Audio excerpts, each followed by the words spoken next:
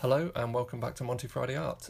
This is the second tutorial, and today we're going to be looking at grid systems and how we use grid systems to draw more accurately, certainly on the larger scale. When you're doing something say A2 or A1 size, you'll find that drawing that out accurately can take a long time, and grid systems can actually help you do that a lot quicker. Now, what I used to do with grid systems, and this was something I did when I was a lot younger, is I'd get the photograph that I wanted and I'd draw squares over that photograph, or a copy of that photograph, to every 1 inch squares, and that was time consuming. I'd then have to transfer the grid onto paper and then redraw, and it was just time consuming. Well, luckily there is an app for it, as there is an app for everything, and that app is up on screen at the moment. It's called Grid, and the main purpose of it is to overlay a grid over a particular image in your phone's camera. I tend to use this because it's really quick and it's really easy, and most of the photographs I want to draw are on my phone. So once you've downloaded the app, you open it up and it will ask you to choose an image. You do that via the right hand corner, the camera icon. After you've made that image selection, you can go to settings, and that's found at the top left. And once you're in settings, I know this looks a little confusing, but actually there's only two things you really need to worry about here, which is grid type, and you want to set it to square set column only.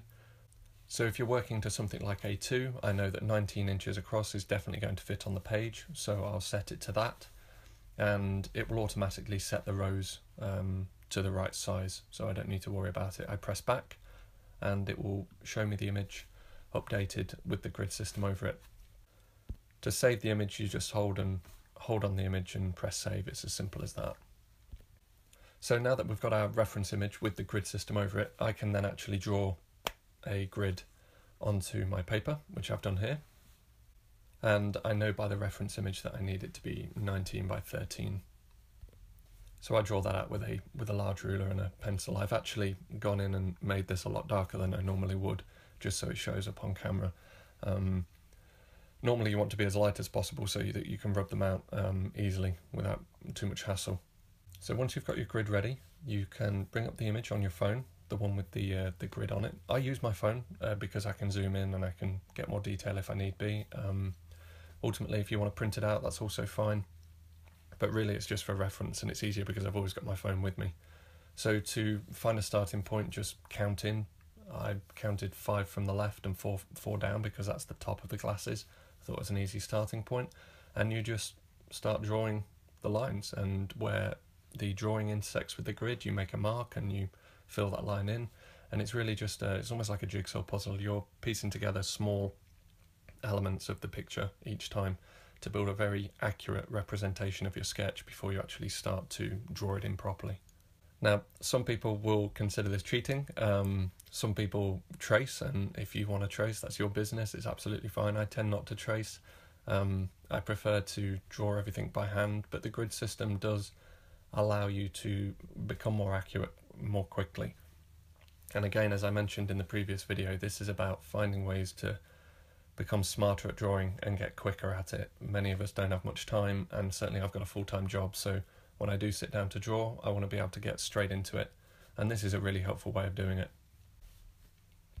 So once you're happy, you don't have to draw the whole thing in. You stop when you feel like you've got enough information to make a start. I tend to just get the core features in. I don't go overboard with it. It's just to act as a guide when I'm filling in the colour. So the actual drawing with the grid doesn't look like much. It's slightly messy, but naturally we're going to be filling it in and removing the lines. But what I would like to show you is just how accurate this is. So I'll show the image versus the grid, and you can see that it marries up very well.